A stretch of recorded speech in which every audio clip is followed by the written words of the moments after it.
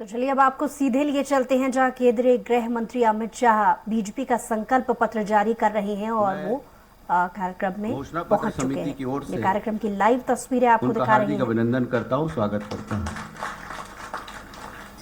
हमारे बीच हमारे प्रदेश के भारतीय जनता पार्टी के सम्मानीय अध्यक्ष आदरणीय अरुण साव जी, राष्ट्रीय उपाध्यक्ष और पूर्व मुख्यमंत्री सम्मानीय डॉक्टर रमन सिंह जी, यहाँ हमारे चुनाव संचालन समिति के प्रमुख जिनके मार्गदर्शन में लगातार हम लोग निरंतर आगे बढ़ रहे हैं, सम्मानीय ओम माथुर जी,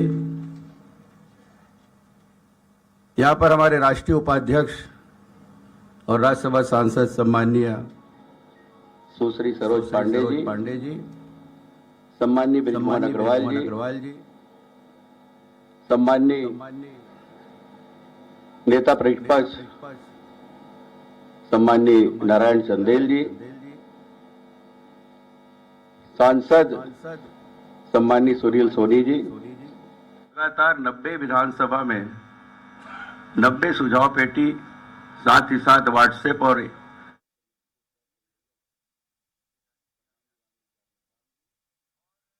लगातार उपस्थित सम्मानीय डॉक्टर मनसुख मांडविया जी, हमारे उप सचिव भारतीय जनता पार्टी के निर्देशन में, और हम सब ने मिलकर सभी वरिष्ठ जनों से, सभी समाज प्रमुखों से, सभी वर्गों से, नीचे से लेकर ऊपर स्तर तक, व्यापारीगण, खोमचे वाले, सब्जी वाले से लेकर बड़े उद्योगपति, सभी कर्मचारी अधिकारी, दैनिक वेतन भोगी से लेकर मंत्रालय तक के अधिकारी कर्मचारी से संपर्क किए और उनसे सुझाव लिए। यहां तक कि चुनाव घोषणा पत्र समिति की हम सब ने अभियान की शुरुआत की थी और 3 महीने के अथक प्रयास से लगातार 90 विधानसभा में 90 सुझाव पेटी, साथ ही साथ व्हाट्सएप और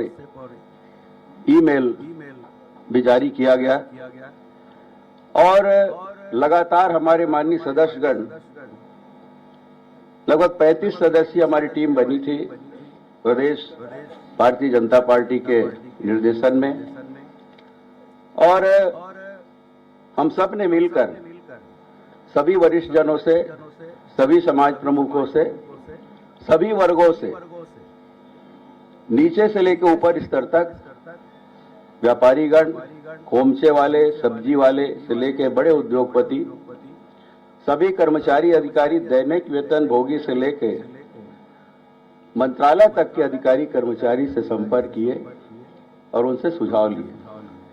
यहां तक कि हमारे सभी पत्रकार बंधुगण जो जमीनी स्तर की हकीकत को लोगों के सामने प्रदर्शित करते हैं, दिखाते हैं, हमें आईना दिखाते हैं, ऐसे सम्मानीय पत्रकार बंधुओं से भी हमने सुझाव लिए और सबको एकत्रित करके 3 महीने के अथक प्रयास से आज भी एक संयोग 3 अगस्त और 3 नवंबर पूरा 3 महीना हम सब ने मिलकर मेहनत की और सबकी भावनाओं के अनुरूप, सबको सम्मान करते हुए, सबके सुझावों को प्राथमिकता देते हुए, सभी वरिष्ठ जनों से राय मशविरा करके, सभी विशेषज्ञों से राय मशविरा करके हमने ये घोषणा पत्र तैयार की और आज हमारा केंद्रीय नेतृत्व मुझे आज देवतुल्य जनता जनार्दन को समर्पित करने जा रही है।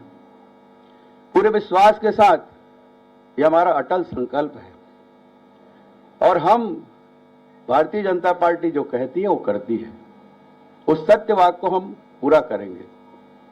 हमारे यशस्वी प्रधानमंत्री जी का मूल मंत्र है सबका साथ, सबका विश्वास और सबका विकास और सबका प्रयास। उस भावना को हमने इस घोषणा पत्र में समाहित किया है।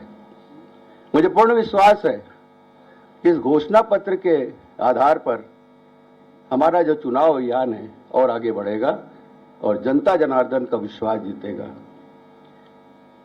हमने यह भी महसूस किया जब हम नीचे स्तर तक लोगों के बीच में मिल रहे थे, चौक चौराहे में, पान ठेला में, चाय दुकान में, मंत्रालय में भी, बाजार हाट में भी,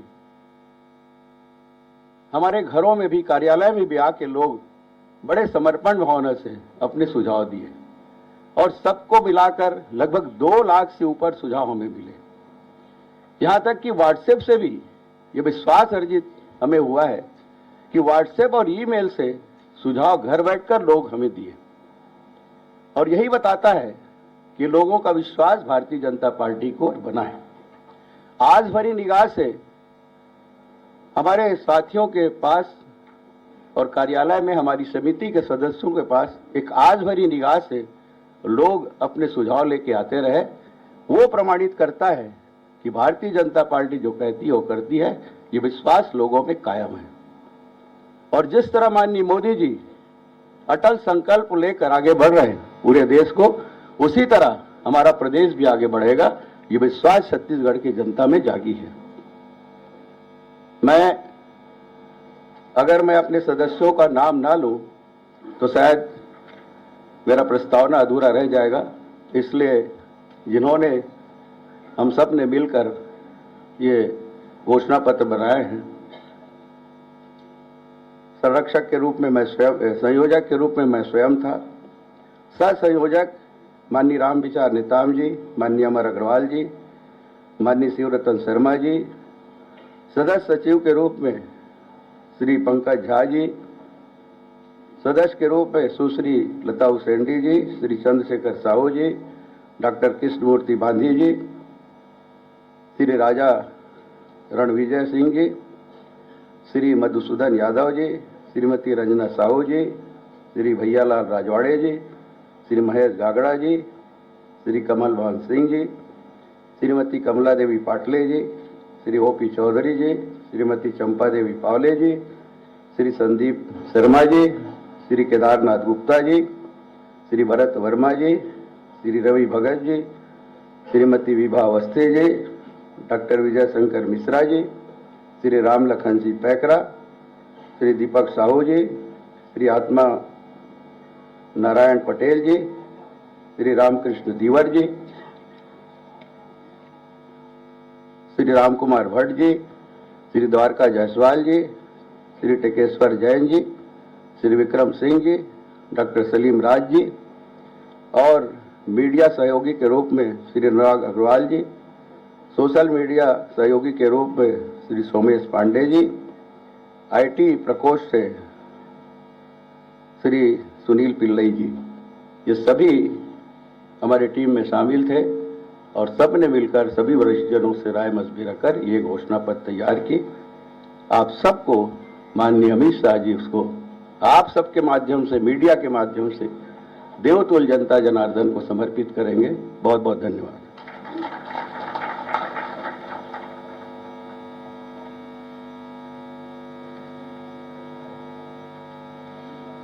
भारतीय जनता पार्टी जो कहती है वो करती है। 1998 के लोकसभा चुनाव के दौरान भारतीय जनता पार्टी के घोषणा पत्र में छत्तीसगढ़ राज्य निर्माण का वादा था और उस वादे को भारतीय जनता पार्टी ने छत्तीसगढ़ राज्य बनाकर पूरा किया। छत्तीसगढ़ भाजपा ने बनाया है, भाजपा ही संवारेगी। राम मंदिर निर्माण के लिए सारी बाधाओं को दूर करने वाले, जम्मू कश्मीर से 3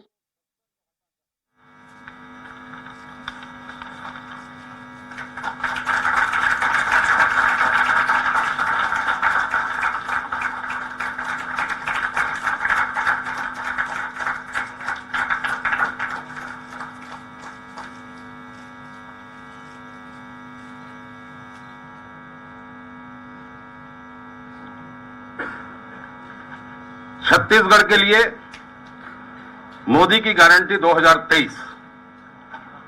माननीय हमारे यशस्वी गृह मंत्री उपस्थित हैं, मैं उनसे आग्रह करूंगा कि हमारे इस घोषणा पत्र के संबंध में छत्तीसगढ़ के सभी पत्रकार बंधु, मीडिया जगत के लोगों के सामने अपनी बात रखेंगे। माननीय अमित शाह जी।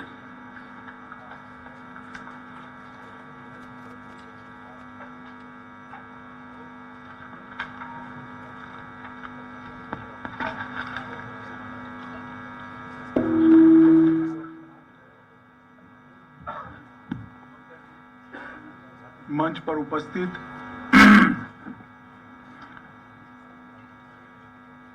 प्रदेश अध्यक्ष जी श्रीमान रमन सिंह जी, भारतीय जनता पार्टी के राष्ट्रीय उपाध्यक्ष और हमारे प्रभारी,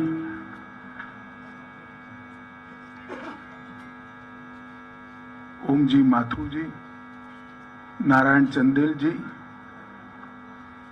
सरोज पांडे जी, विजय बघेल जी, रामविचार नेताम जी, ब्रिजमोहन अग्रवाल जी और यहाँ सभागार में उपस्थित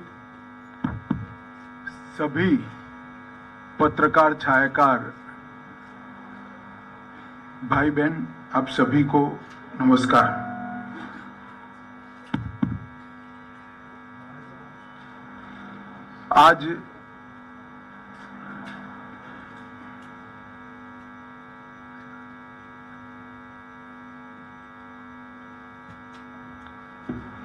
आज यहां पर मैं छत्तीसगढ़ भारतीय जनता पार्टी ने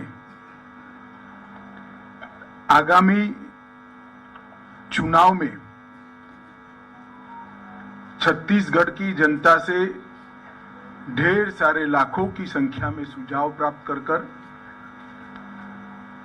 जिस चुनाव के एजेंडे पर हम चुनाव लड़ने चाह रहे हैं, वो घोषणा पत्र को आप सबके सामने प्रस्तुत करने के लिए मैं यहां आया हूं। मित्रों, भारतीय जनता पार्टी का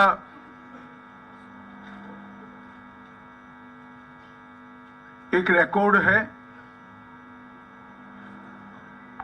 कि चुनाव घोषणा पत्र सिर्फ घोषणा पत्र नहीं होता है, हमारे लिए संकल्प पत्र होता है। कोई विवाद के बगैर ऐसे ही एक संकल्प की परिपूर्ति करते हुए हमने छत्तीसगढ़ राज्य की स्थापना की थी और छत्तीसगढ़ राज्य की स्थापना का उद्देश्य जो था वो एक प्रकार से विकास से महरूम रह गए ये पूरे क्षेत्र को एक नया राज्य बनाकर विकास की मुख्य धारा में सम्मिलित करना था। छत्तीसगढ़ की स्थापना के कुछ ही समय के बाद हमें छत्तीसगढ़ के लिए काम करने का मौका मिला। 15 साल तक रमन सिंह जी के नेतृत्व में छत्तीसगढ़ में भारतीय जनता पार्टी की सरकार चली और ये 15 साल छत्तीसगढ़ को बीमारू राज्य से एक अच्छे राज्य में तब्दील करने वाले 15 साल रहे। अभी 5 साल कांग्रेस की सरकार रही, अब फिर से चुनाव आया।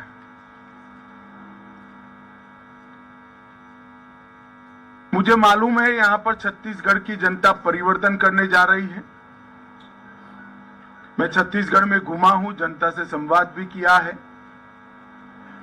मैं भारतीय जनता पार्टी की ओर से छत्तीसगढ़ की जनता को आश्वस्त करना चाहता हूं कि बीमारू राज्य से हमने छत्तीसगढ़ को अच्छा राज्य बनाया है और ये अच्छे राज्य को संपूर्ण विकसित राज्य बनाने का काम हम आने वाले 5 साल के अंदर करेंगे। 15 साल जो हमारे रहे, वो 15 साल में रमन सिंह के नेतृत्व में और 5 साल रमन सिंह और नरेंद्र मोदी जी के नेतृत्व में। शुरुआत के 10 साल ढेर सारी अड़चनें होने के बावजूद भी हमने छत्तीसगढ़ का दिन दूना रात चौगुना विकास करने का काम किया। छत्तीसगढ़ के कई दुर्गम क्षेत्रों को नक्सलवाद के कहर से मुक्त करने का काम भारतीय जनता पार्टी की सरकार ने किया। छत्तीसगढ़ के इंफ्रास्ट्रक्चर को उठाने का काम भी भारतीय जनता पार्टी की सरकार ने किया। पोषण की गारंटी देने वाला समग्र देश में पहला राज्य छत्तीसगढ़ बना। मनरेगा में 150 दिन की रोजगारी देने वाला भी सबसे पहला राज्य छत्तीसगढ़ बना। समग्र देश में मातृत्व के अवकाश की परिकल्पना छत्तीसगढ़ राज्य ने सेट की। पंचायत चुनाव में माताओं बहनों को 50% आरक्षण देने वाला पहला राज्य छत्तीसगढ़ बना। छात्रों को निःशुल्क लैपटॉप टैबलेट देने का प्रारंभ हुआ और एक छत्तीसगढ़ बिजली के अकाल से हमेशा पीड़ित था, वो पावर सरप्लस स्टेट बनाने का काम भी भारतीय जनता पार्टी ने किया। इसके साथ साथ पावर हब, सीमेंट मैन्युफैक्चरिंग का हब, इस्पात मैन्युफैक्चरिंग का हब, एल्यूमिनियम मैन्युफैक्चरिंग का हब, हेल्थ केयर की अच्छी सुविधाएं और डिजिटल क्रांति की शुरुआत भी भारतीय जनता पार्टी के शासन में हुई। आदिवासी अंचल जहां एक कॉलेज स्थापना भी बड़ा दिक्कत था, सरगुजा और बस्तर में 2 नए विश्वविद्यालय बनाने का काम भारतीय जनता पार्टी ने किया और दंतेवाड़ा जैसे सुदूर क्षेत्र में भी शिक्षा के नए मानक गढ़ने का काम रमन सिंह के नेतृत्व में भारतीय जनता पार्टी ने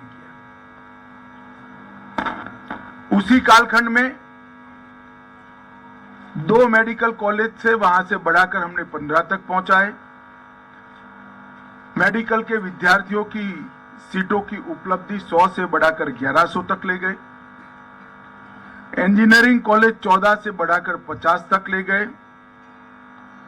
पॉलिटेक्निक कॉलेज 10 से बढ़ाकर 51 तक ले गए। आईटीआई 61 से बढ़ाकर 176 तक ले गए। डेंटल कॉलेज 1 से बढ़ाकर 5 तक ले गए। नर्सिंग कॉलेज 1 से बढ़ाकर 84 तक ले गए। मैनेजमेंट के कॉलेज 2 से बढ़ाकर 16 तक ले गए और पशु चिकित्सा कॉलेज और कृषि कॉलेज 4 से बढ़ाकर 31 तक ले जाने का काम हुआ। परंतु बीच में भूपेश जी की प्रकृति है ऐसे, और ये तो मानना ही पड़ेगा, झूठा प्रचार करने में पूरे भारत में उनका कोई सानी नहीं है। गलत सीडी बनाना, फर्जी सीडी बनाना, फर्जी पेन ड्राइव बनाना, फर्जी अखबार में समाचार प्लांट करना, इसमें इनको सिद्धता है। एक वातावरण बनाकर उन्होंने 5 साल के लिए सत्ता ली और ये 5 साल में क्या हुआ? 2000 करोड़ का शराब घोटाला हुआ, 540 करोड़ का कोयले के परिवहन का घोटाला हुआ, प्रधानमंत्री अन्न योजना में कोरोना के समय में हजारों करोड़ का घोटाला किया। और मैंने मेरे सार्वजनिक जीवन में कभी भी देश भर में कहीं पर भी और आज भी होने के बाद भी गोबर में कोई घोटाला कर सकता है ऐसी सक्षमता नहीं दिखी है। यहां पर गाय के गोबर में भी घोटाला करने का काम इन्होंने किया। 1300 करोड़ का गोठान घोटाला किया, 600 करोड़ का पीडीएस घोटाला, 5000 करोड़ का अभी तो शुरुआती जांच है महादेव ऐप का घोटाला, जिनके कारण उनकी नींद उड़ी हुई है। पब्लिक सर्विस कमीशन का घोटाला हुआ। प्रधानमंत्री जी ने गरीब आदिवासियों के विकास के लिए खदान से जो खनिज बाहर आता है, इसका एक हिस्सा डिस्ट्रिक्ट मिनरल फंड के लिए बनाया, इसमें से भी 700 करोड़ रुपया सरकार चाऊ कर गई।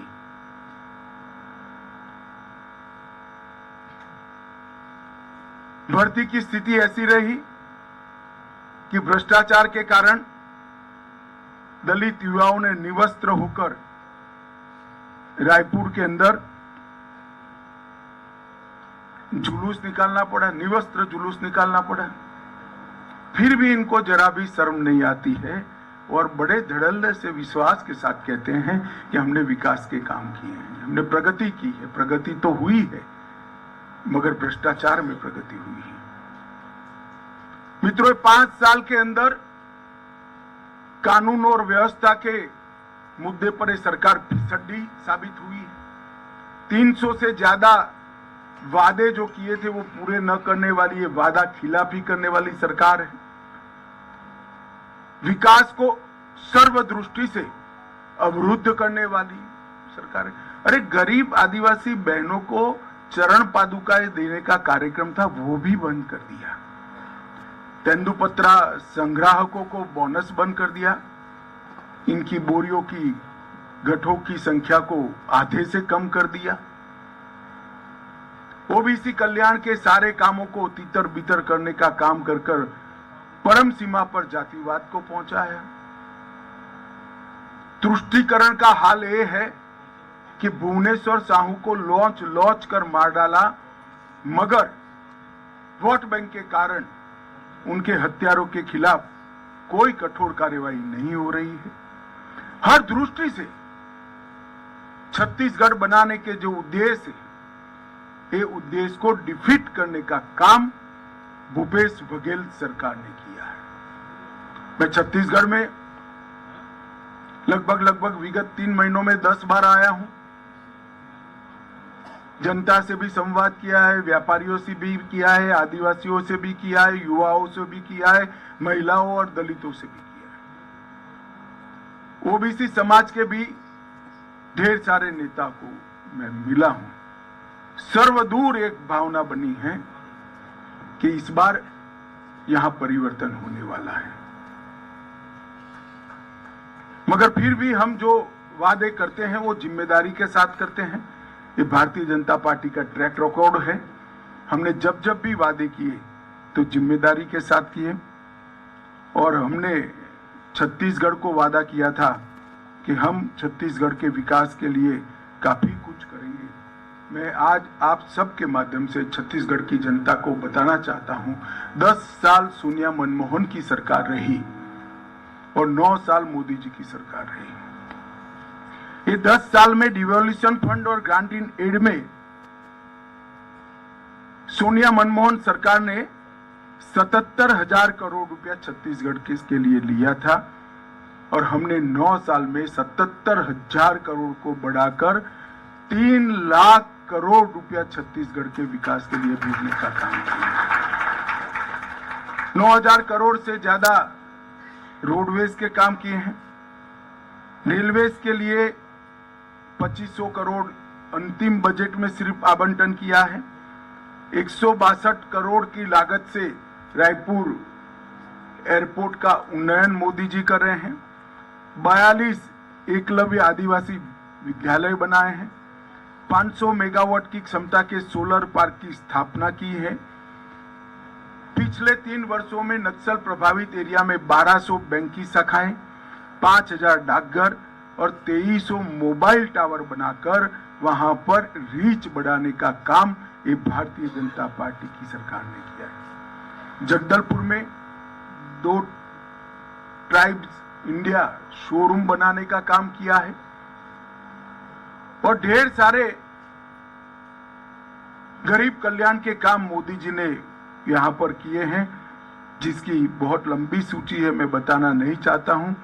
परंतु मैं इतना जरूर बताना चाहता हूं कि छत्तीसगढ़ के हर गरीब को घर में बिजली, शुद्ध पीने का पानी, गैस का सिलेंडर, शौचालय और इसको 5 लाख तक की सारी स्वास्थ्य की सुविधाएं और प्रति व्यक्ति प्रति माह 5 किलो अनाज देने का काम कर नरेंद्र मोदी जी ने हमारी सरकार न होने के बावजूद भी छत्तीसगढ़ की जनता की सेवा बहुत प्रमुखता के साथ और एग्रेसिवनेस के साथ की।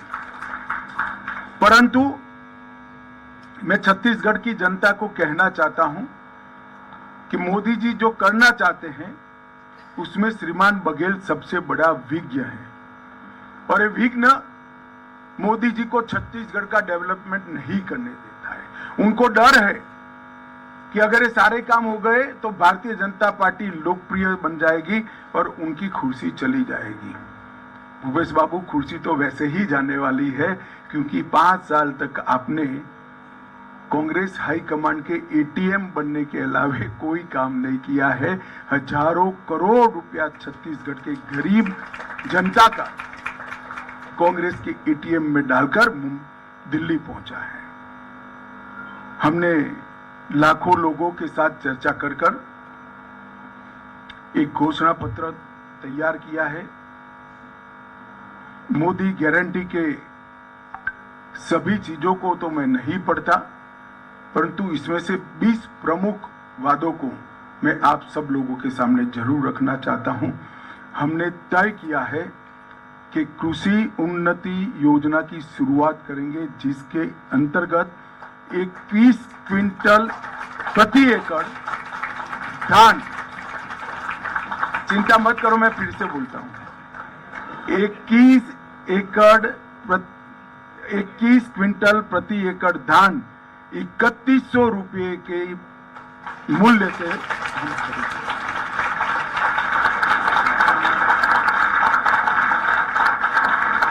और इसके साथ साथ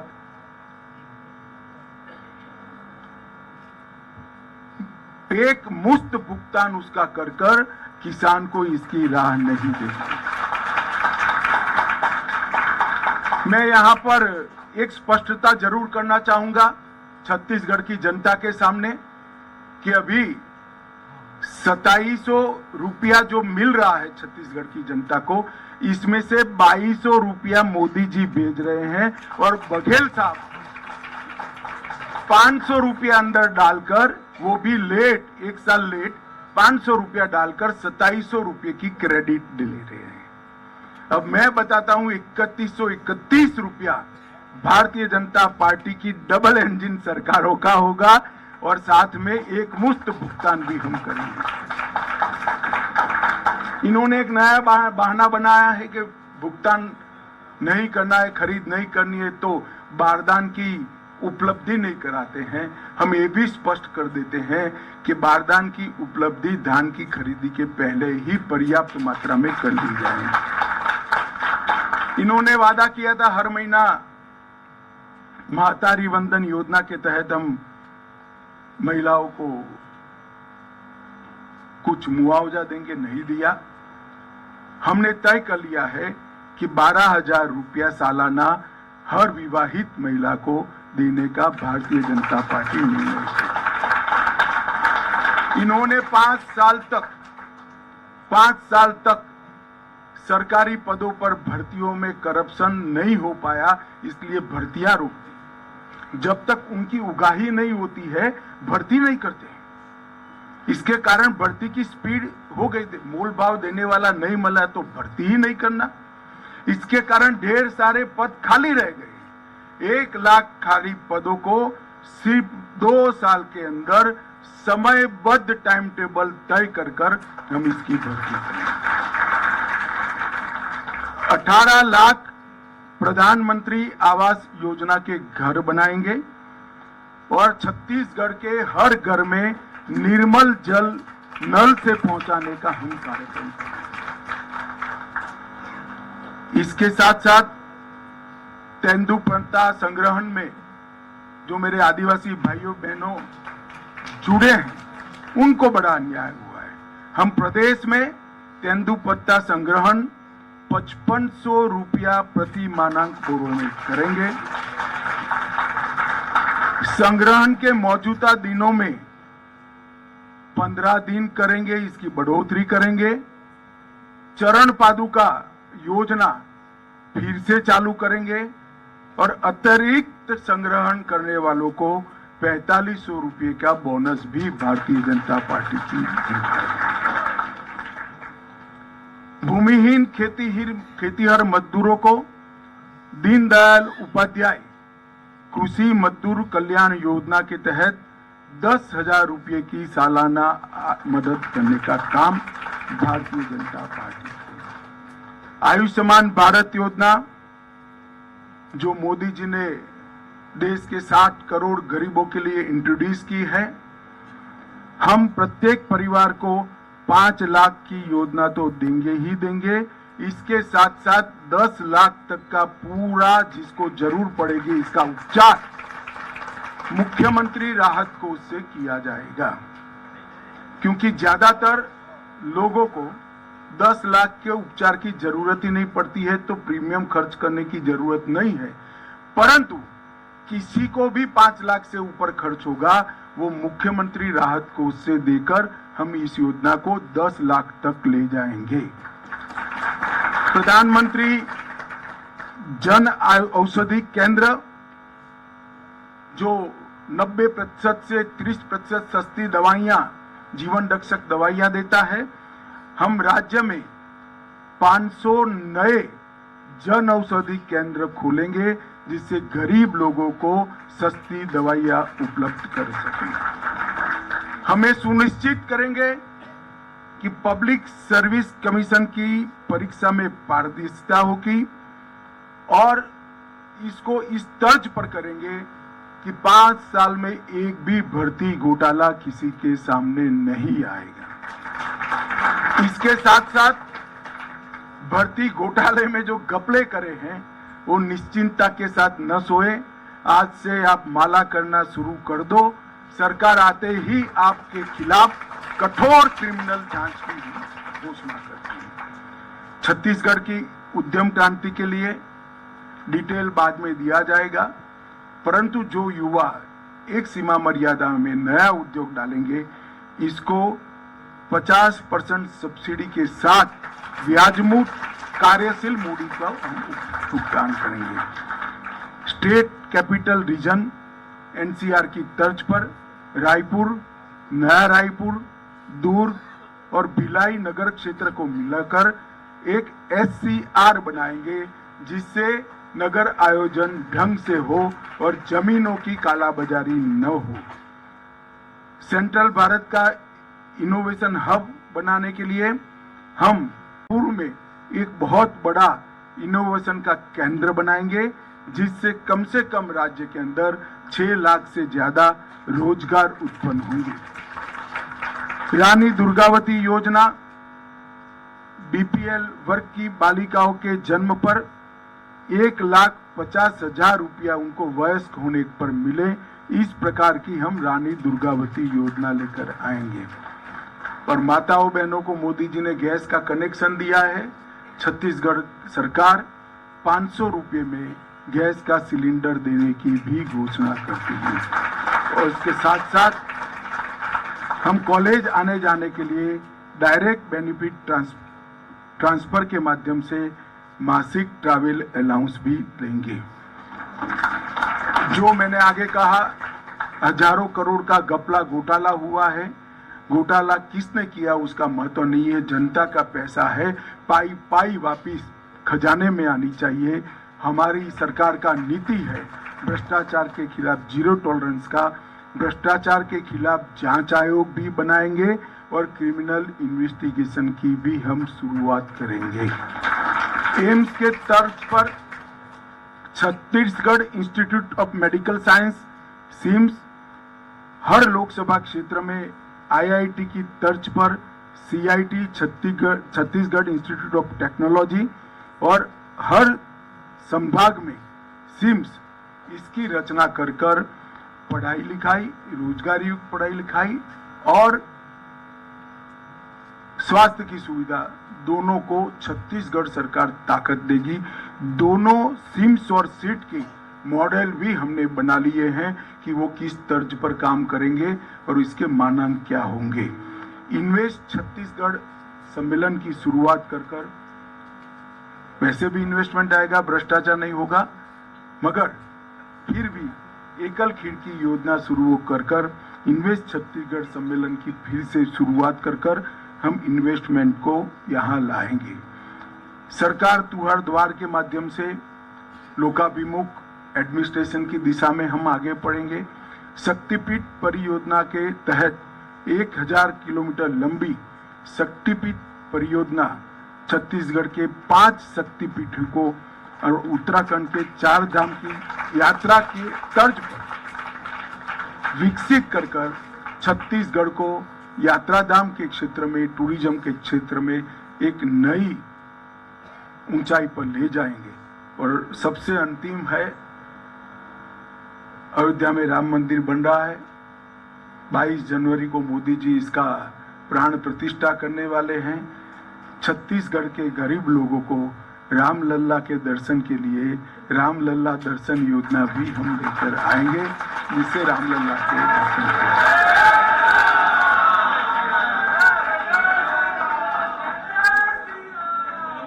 छत्तीसगढ़ राम का नैनीहाल है, माता कौशल्या का घर है। अब भांजा जब अपने घर में, निज घर में वापिस जा रहा है, तो छत्तीसगढ़ वालों ने बधाई लेने के लिए जाना चाहिए। इसकी व्यवस्था भी छत्तीसगढ़ सरकार करेगी। इसके अलावे भी ढेर सारे छोटी छोटी चीजों को एड्रेस करने वाले हमारे वादे हैं। हमने हर सीट का भी एक घोषणा पत्र बनाया है, हर संभाग का भी बनाया है। मेरा आप सभी से निवेदन है कि आप इसका डिटेल अभ्यास कर हमारे संकल्पों को छत्तीसगढ़ की जनता तक पहुंचाइए। और छत्तीसगढ़ की जनता को भी मैं आश्वस्त करने आया हूं कि हम सब भी जब भी चुनाव में आते हैं, हमारा हिसाब लेकर आते हैं। अगले चुनाव में भारतीय जनता पार्टी फिर से एक बार आपकी बनाई हुई नई सरकार का हिसाब किताब लेकर आपके सामने आएगी, ये वादा करता हूं। वंदे मातरम, भारत माता की जय।